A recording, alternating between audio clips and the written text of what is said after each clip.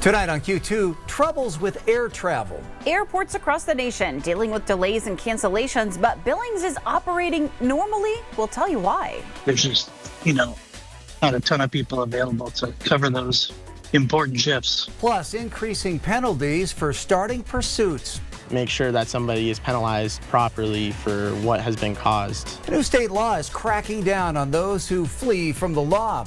We'll tell you why it's welcome news for a Billings family. And music to the ears. A growing form of therapy is helping one Billings couple through an unimaginable tragedy. The MTN 530 news starts right now.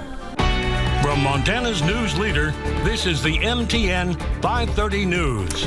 Good evening and thanks for joining us tonight. I'm Russ Riesinger. And I'm Andrea. Lutz. The government shutdown stretching into day 8. There's no end in sight. It's a funding freeze that's impacting air travel as well as travelers at major airports. Of course, they're experiencing those delays due to staffing shortages. And while there are concerns that could only get worse, officials at the Billings airport say they aren't feeling those effects right now. Our Vanessa Willardson has more on how they're avoiding the nightmare travel scenarios. We had to get help to rebook and get a hotel for the night, stay in the hotel.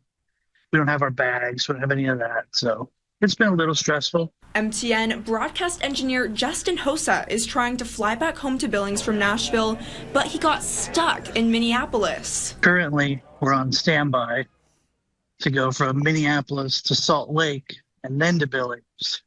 But we heard from a guy that was in the shuttle from the airport that a lot of flights have been canceled over the nation today. People all over the country have had their fingers crossed as the government shutdown has a number of air traffic employees calling out of work sick. There's just, not a ton of people available to cover those important shifts.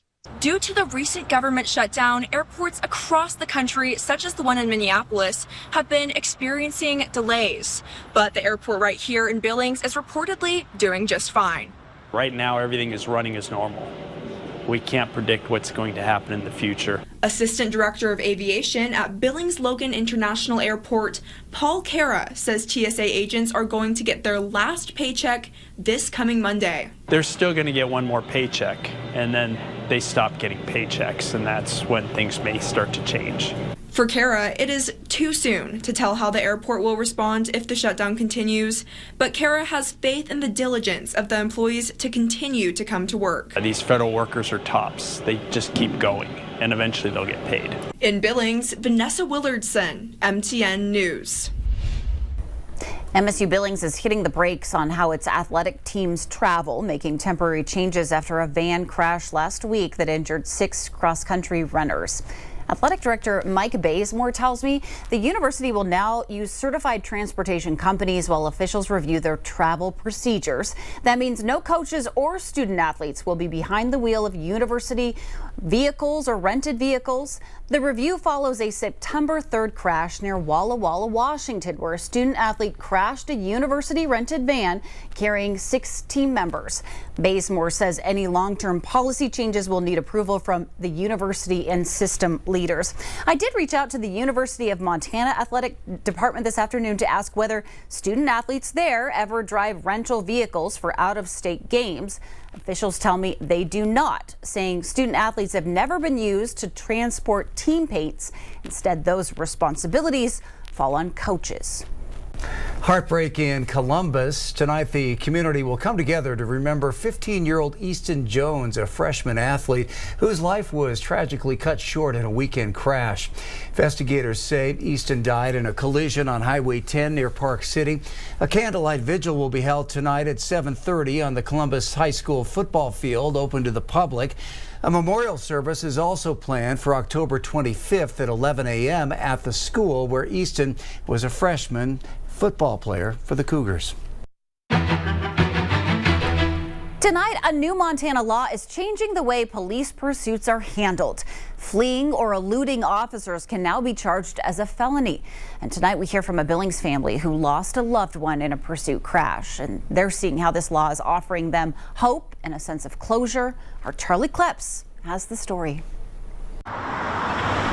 It's a day 19-year-old Zane McCracken will never forget. I was trying to figure out where he was. From the uncertainty, worry, anger. to the emotions. Obviously, when I saw the accident, I knew it was his bike. To the moment he realized his brother Julian Wolf was gone. It's rough, thinking about it every day, just pushing along without it. Wolf was killed last September as he was innocently driving home from work before Jimmy Joe Flanagan struck him on his motorcycle. Flanagan was running from the law. It's been pretty horrific and pretty hard to sometimes just sleep at night. And that's just one example of recent police chases.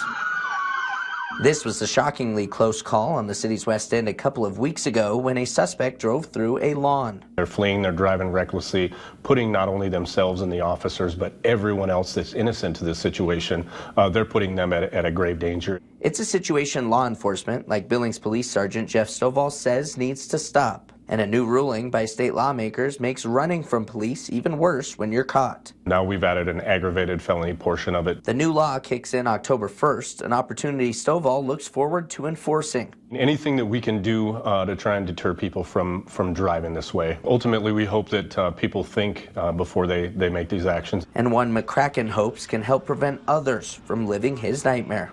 It's nice to know that, if that does happen again, that there could be a greater charge for it. In Billings, Charlie Kleps, MTN News.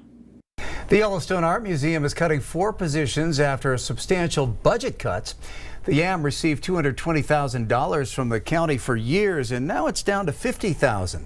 YAM Executive Director Jessica Ogden says the membership coordinator, rental coordinator, communications manager, and a position in the curatorial department all had to be let go. Were all amazing staff members. They were dedicated to the museum and most importantly to our audiences. They did work that was really meaningful to the community, and not having them as part of the YAM team has been a painful decision for all of us. Less money also means scaling back on some adult education programs and large-scale special events like Summer Fair, which YAM officials say was a big fundraiser in past years.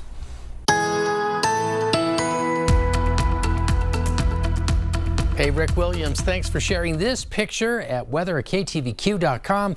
The colors are starting to change because we're getting less sunlight all the time. Remember, you can also send us pictures and videos on our free downloadable weather app. We'd love to hear from you that way as well. Clear sky right now in Billings. Here's a look at the almanac. 75.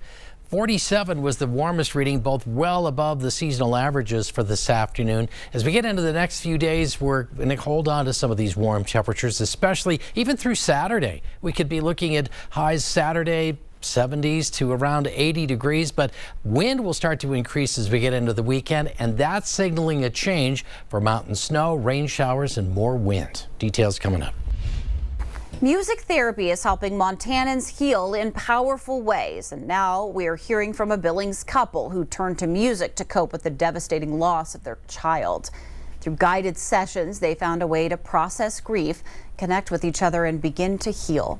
Matt Carmack has the story. Healing isn't just physical. I think for all of us, music is just such a healing thing. And sometimes music can heal wounds not even stitches or medication can. It was day by day. If we can get through today, we'll get through tomorrow.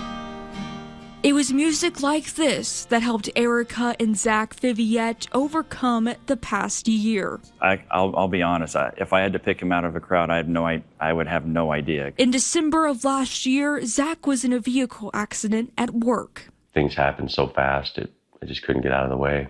After that, I don't remember a thing until I woke up 6 days later. Zach was run over by a large semi-trailer. The impacts: blood loss, a broken pelvis, collapsed lung, and spinal fracture. Zach underwent 3 surgeries and spent 6 weeks in the hospital. To have the type of fractures he had in his pelvic bones, it takes a lot of force to do that. Unfortunately, the work accident was just the beginning. While Zach was undergoing treatment, Erica gave birth prematurely to their son, Brooks. If you asked me a month after everything, my outlook on everything would have been wildly different. But after being able to meet with staff and go through the events over and over, I have a whole new outlook on everything. For 2 weeks, baby Brooks fought for his life in the NICU as Zach was fighting for his life just feet away. My goal was just to kind of come alongside them and offer to be a little bit of that support as well. Brooke Wagner, a music therapist, supported the family through song. I feel like the music was able to give him kind of a breath, a time to just take a minute and relax and just find a little peace. She made music for me with Brooks's heartbeat. She wrote a whole song about Brooks. Baby Brooks passed away in Erica's arms on December 17th. She tells me her baby was a warrior, just like his dad. And although everything that happened to us was terrible, we're stronger for it. Now, almost a year later, and Zach and Erica want to share their stories in hopes of helping others with grief and loss. And they say even sometimes, chords on a guitar can heal internal scars. Most people don't even realize that there is such thing as a music therapist, I think. And she ended up being one of the biggest parts of our whole journey. In Billings, Matt Carmack, MTN News. Well, a missing cat left in a field by animal control has returned home. It's a story we first told you about Monday after Billings resident Kelly Kramer says her cat Ollie was missing for a week, blaming animal control for doing more harm than good. Kramer says her cat escaped through a door and made its way into a neighbor's home, who then called animal control. Animal control responded and took the cat, but she says simply let it go in a field near her home. This morning, Kramer took matters into her own hands and went looking for Ollie, and he came running back home. She says it's a happy ending for a very frustrating situation.